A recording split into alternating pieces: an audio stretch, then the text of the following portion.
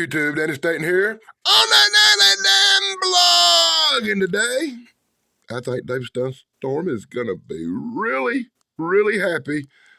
I found the good stuff. I found the real good stuff. I found Star Trek, The Voyage Home. I bet my girl Sarah, my flock is everywhere, is going to love this one. It's a Star Trek comic. It's from 1986. It's a number 2. I don't understand why it's a number 2, but we'll get into that. Join me if you want to, and we'll check out Star Trek. Star Trek, The Voyage Home, the 4th movie in the Star Trek franchise.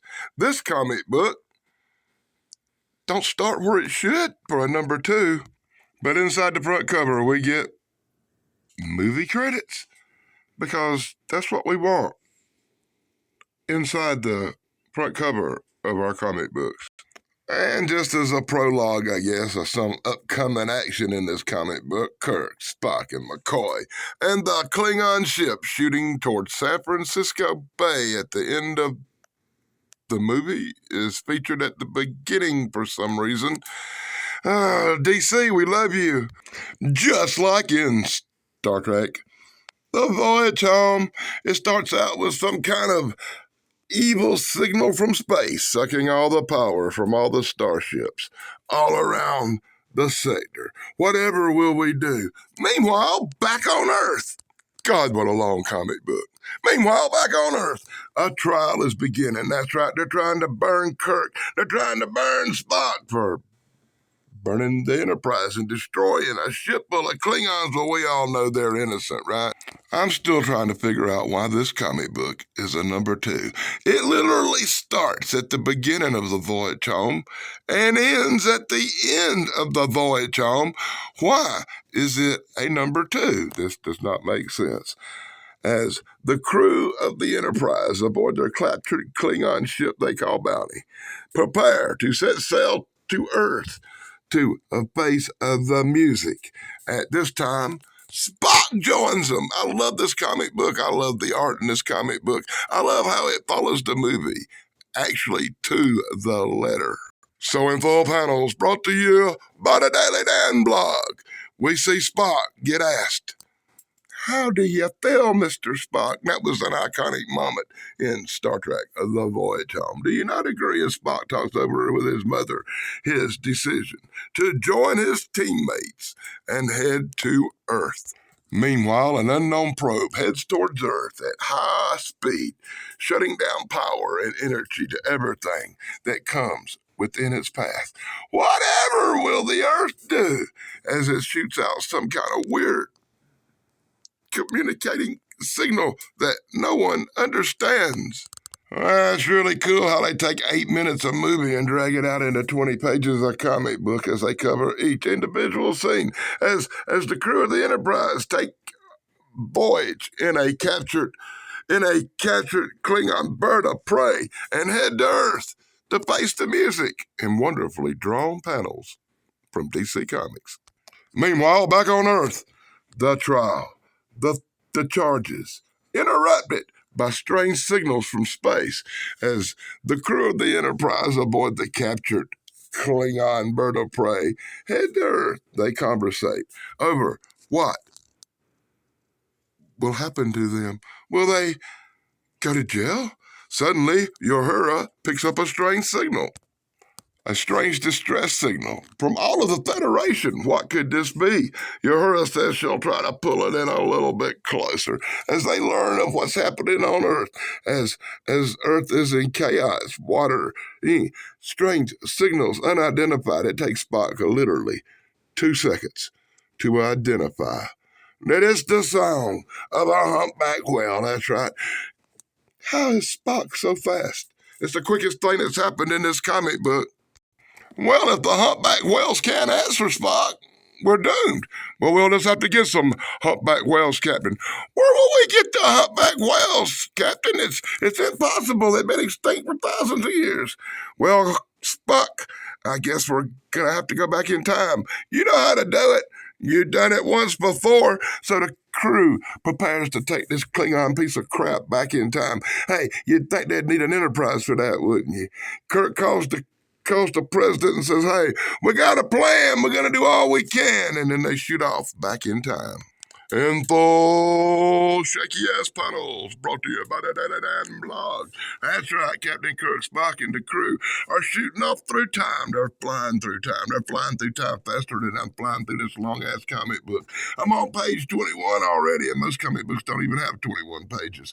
As we slingshot around the sun with incredible velocity, throwing the Klingon piece of crap back in time.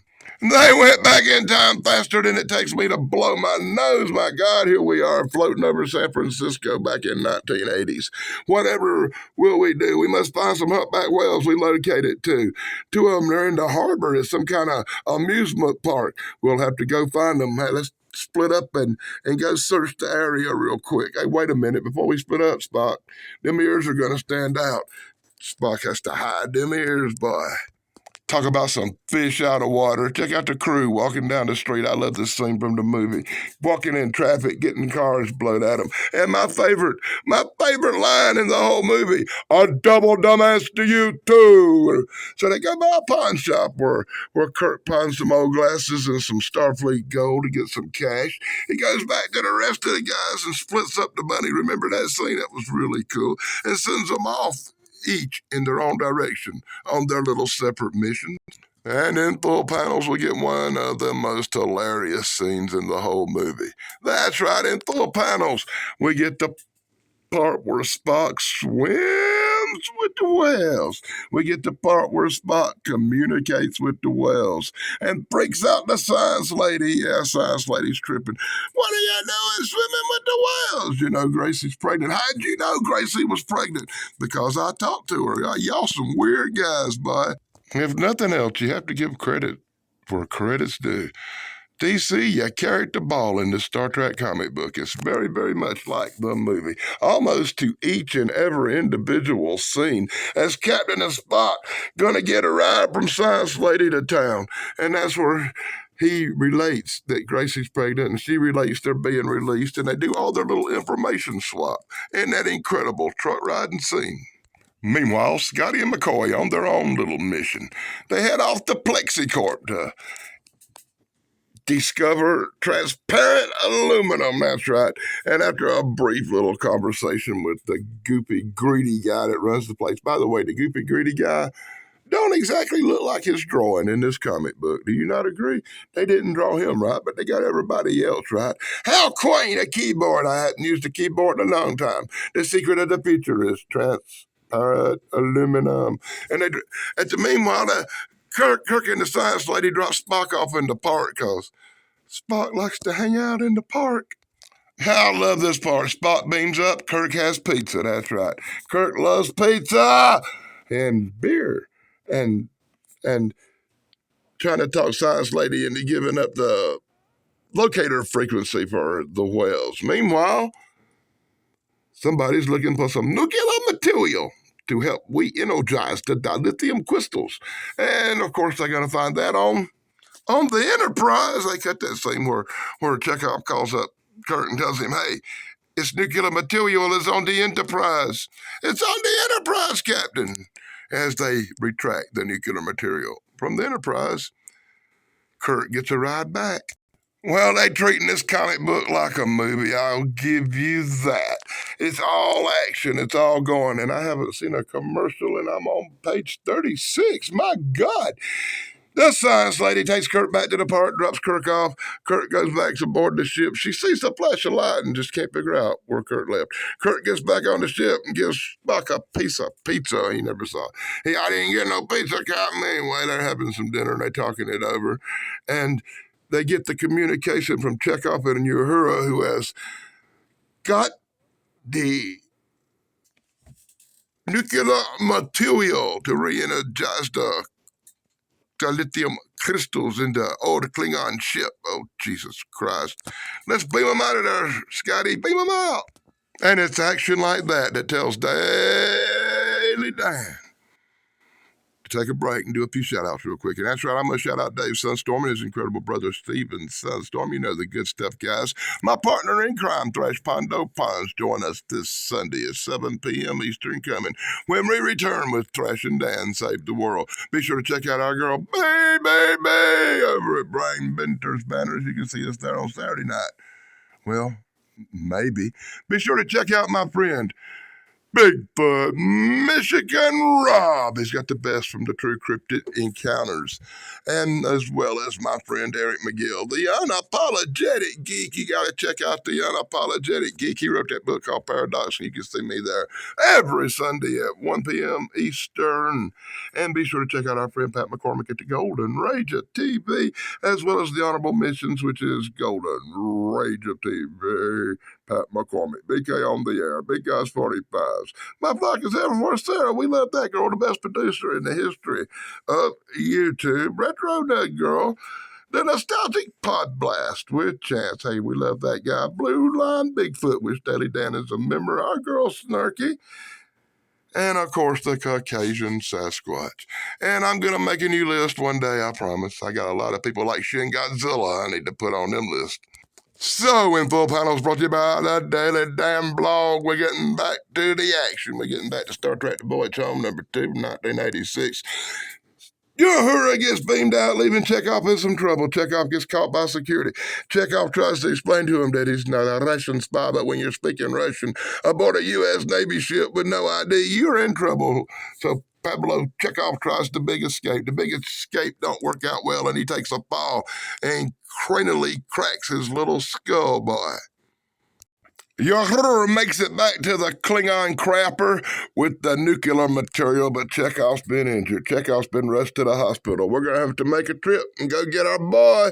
So, meanwhile, the girl comes back and says they find out that the whales have been released. The girl is freaking out. The scientists don't know what to do. She heads back to the park. She heads back to the park and starts hollering, Captain Kirk, where are you?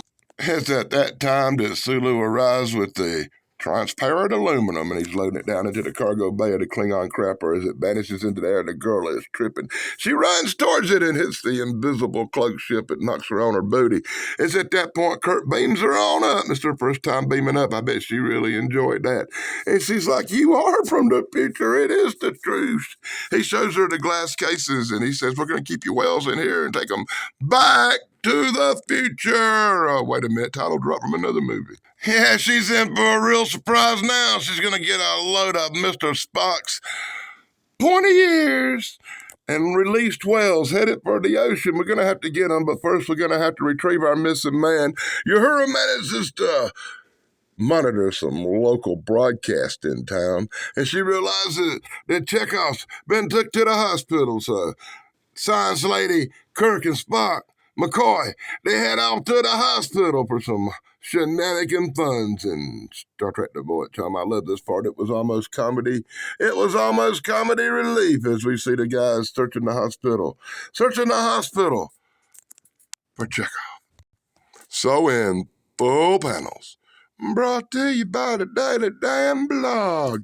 That's right, we're going to see McCoy save the day. McCoy gonna save Chekhov from the butchers of the 20th century that wants to evaporate his brain. They want to drain the blood off of it. McCoy calls them animals from the past, and a great battle ensues. But no, they managed to hold off the doctors with a phaser. What's that, a gun? Zap, zap, zap. Hey, thank God McCoy's from the future. He really can save the day. And in more Full Panels, brought to you by the Daily Dan Blog. And once again, I cannot point out, DC did a miraculous good job with the most incredible art I've seen in a comic book in a long time. Maybe I'm prejudiced because I like Star Trek so much. The guy that don't look like Chekhov wakes up and goes, what happened, Captain? You've been fixed. Now let's get you out of here. So a little covering up. Hey, didn't you roll in a girl a while ago and now you're rolling out a guy? He said, yeah, one little mistake, One little mistake as they try to escape. They try to escape the hospital with shenanigans. Hey, I didn't see that part where McCoy give the lady a pill and she grew a new kidney. Wow, can you believe they left the new kidney scene out? That's one of my favorite scenes from Star Trek: The Voyage Home.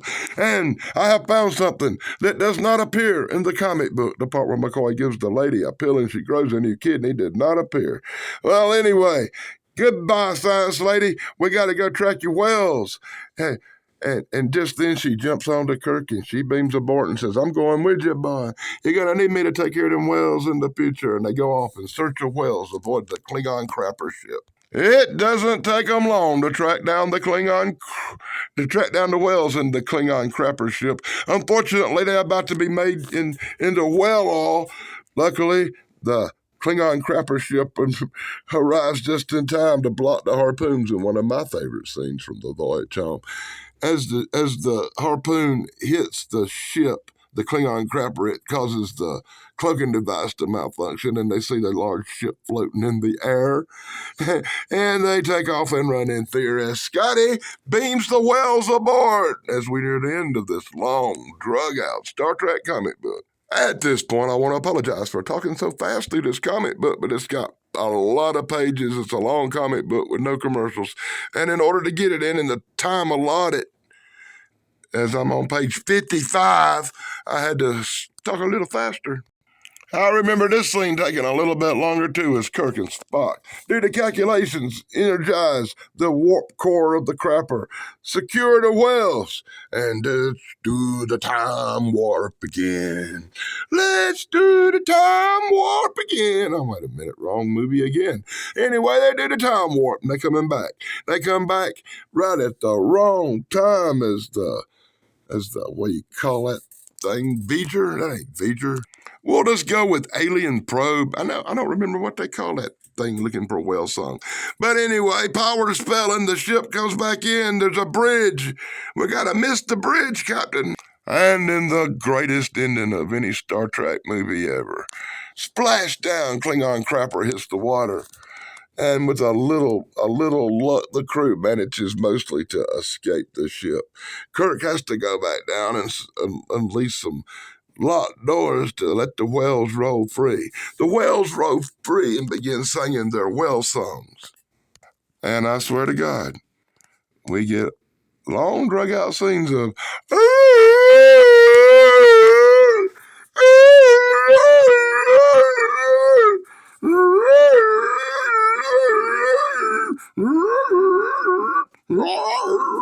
Anyway, the probe thing from outer space looking for whale songs finds it. It gets this whale song on and begins to leave because it had come and talked to some whales. And the whales told them the really cool dudes come back in time to save us so they could talk to you. So everything's good and we're going to send a shuttle out to pick up the crew. Yay! And the crew of the Enterprise gets rescued and held as heroes.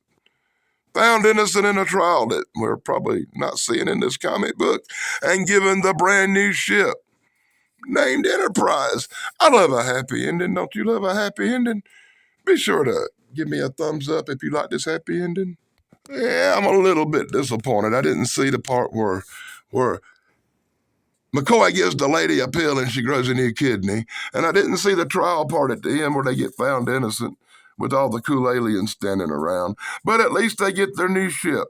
They get the Enterprise, and a new adventure begins. Now, to prove to me somebody actually watched this all the way through, put the word happy ending in the comments below. And then I'll know that you actually watched this video. And I'm talking to the 4 people who always watch it. Anyway, in the back cover, we get some really cool movie clips from The Voyage Home. I think this book could have used a lot more movie stills from The Voyage Home. I really do, but that is so cool. And on the back cover, you get Captain Autumn, whatever in the blue hell Captain Autumn was. I have no clue. And that's my look at the good stuff. The good stuff, Dave. Star Trek, The Voyage Home from 1986. It says number 2 at the top, but it's literally the whole movie. I can only imagine what they put in number 1. A lot of standing around on the planet Vulcan talking. Or maybe the end of the search for Spock. I'll have to get number one just to see what they put in number one. But that is truly one of the best Star Trek comic books I've ever seen, and only the second one I've ever done. That's right. The only other Star Trek comic book I've ever reviewed was the number one from the original series. So this is truly my menuous moment for me. Another Star Trek comic. Be sure to like, subscribe, and ring the bell, and I'll be back with another comic book review next time on the Lady Dan blog.